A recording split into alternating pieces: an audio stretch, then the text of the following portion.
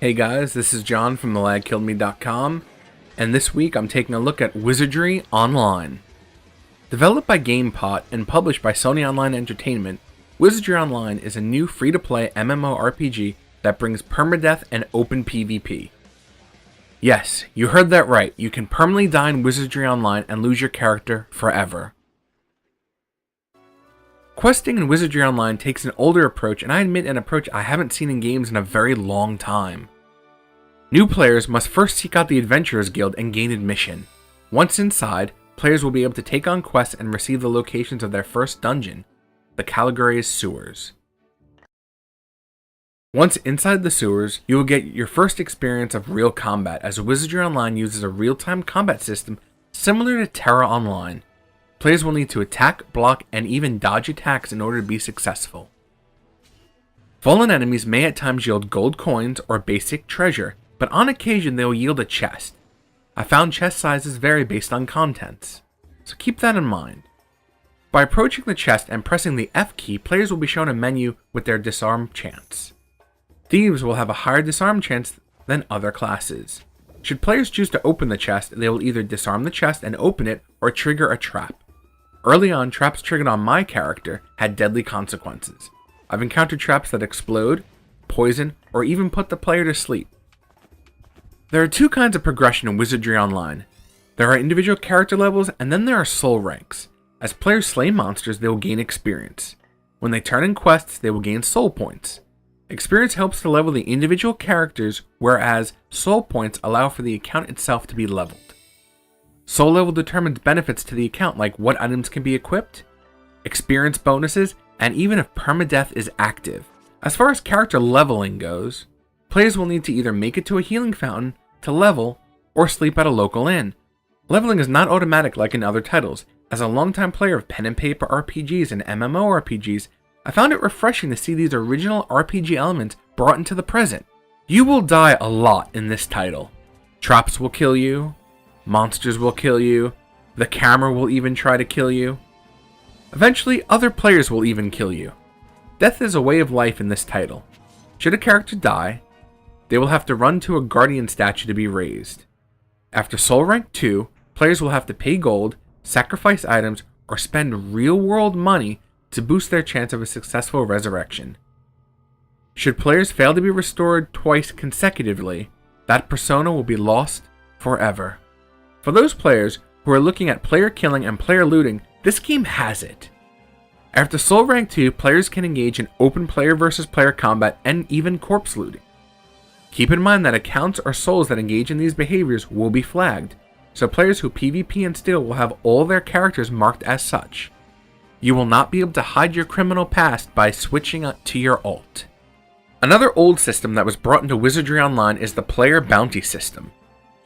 As you may have already guessed, players can put bounties on other players who have killed or stolen from them. As players are attacked and killed, the criminal will show up in that player's blacklist. The blacklist shows the person's name, location, online status, bounty, and what crime they committed against that player. Players who have 5 or more bounties on their head will be captured the next time they are killed and thrown in jail. Once jailed, the character becomes unplayable and undeletable until the soul itself can pay the fine, which is twice the amount bountied. During this time, the only thing that a soul can do is pay the fine, as all other characters will be locked out. I imagine this is how SOE can rid itself of griefers and poor players. I have to admit, I kinda like this idea, allowing the community to police itself. Character creation in Wizardry Online is very straightforward. First, we pick our race.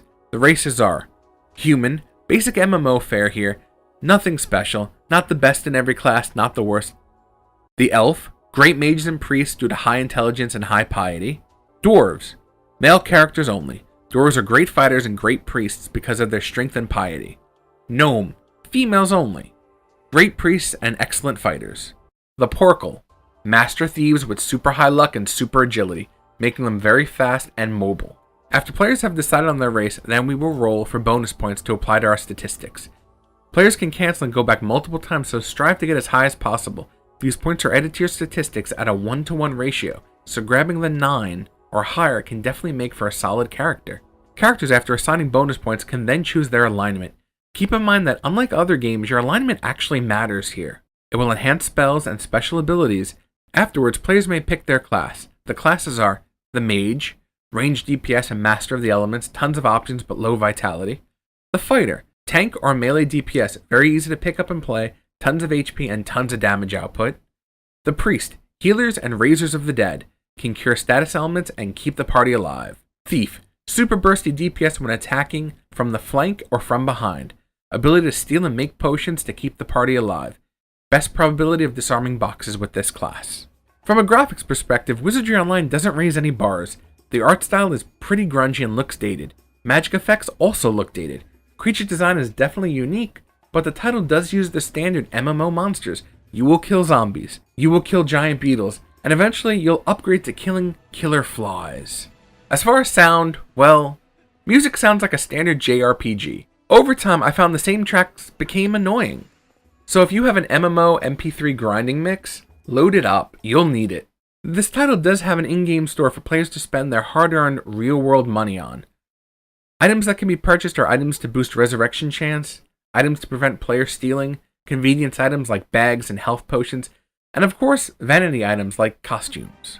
Wizardry Online brings a lot to the table, but it isn't without its share of issues. First, with this title's permadeath system, you'd think the camera would be more useful. Instead, I found that locking a target and moving will typically cause the camera to move in front of me and not behind me. As you can guess, having to manage my character, the fight, and the camera did lead to some early in-game deaths. Second, the game has its share of bugs. I found a few times that when I'd press a button to activate a skill, my character would perform the sounds and channel the energy, but not move. Only after I moved him to a different spot and tried again would he cast his ability. I guess it was an interruption, but the combat log didn't show this. It didn't even show the action failing. Third, chests can be trapped and contain absolutely no items. This is bullshit. Granted, they do explain in the tutorial when you trigger a trap, it can remove the item. However, I found that even after successfully disarming a trap, there could be nothing inside. This is a pretty cheap trick, and Sony and GamePod could do better at this. Lastly, the title doesn't really have any major content. What players will find themselves doing is the same quest over and over again to grind soul ranks and levels. While granted, dungeons have rapid respawn rates for monsters, I found this didn't take the monotony of grinding the same stuff over and over and over again. While it borrows heavily from older styles of games, I would have liked to have seen Wizardry build off its heritage. For instance, with the constant rapid respawning rates of monsters, chests will most likely drop on a monster's respawn point, giving a player less than 4 seconds to loot it. This means going for a chest may be the death of you whether you disarm the trap or not. It really doesn't make any sense. Why can't I pick up the chest and disarm them later? I really would have liked to have seen more classes other than the standard big four. You know, Wizard, Warrior, Cleric, Rogue. I know this is just a way for a developer to milk us for expansions later on, but come on!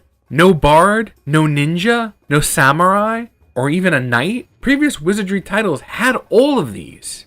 Another thing that really pissed me off is that items take into account your soul rank, so don't even bother going to the auctioneers to buy anything. Any upgrades of value will require soul rank 2 or more, so forget about it. However, accounts that have already achieved this could then use these items. So it's almost as if they're expecting you to die that first time around. If you're looking for an older, more grindy style of gameplay, this might very well be the title for you. But overall, I give Wizardry Online a 5 out of 10. This is John from theladkilledme.com. Don't forget to like and comment below. Take care.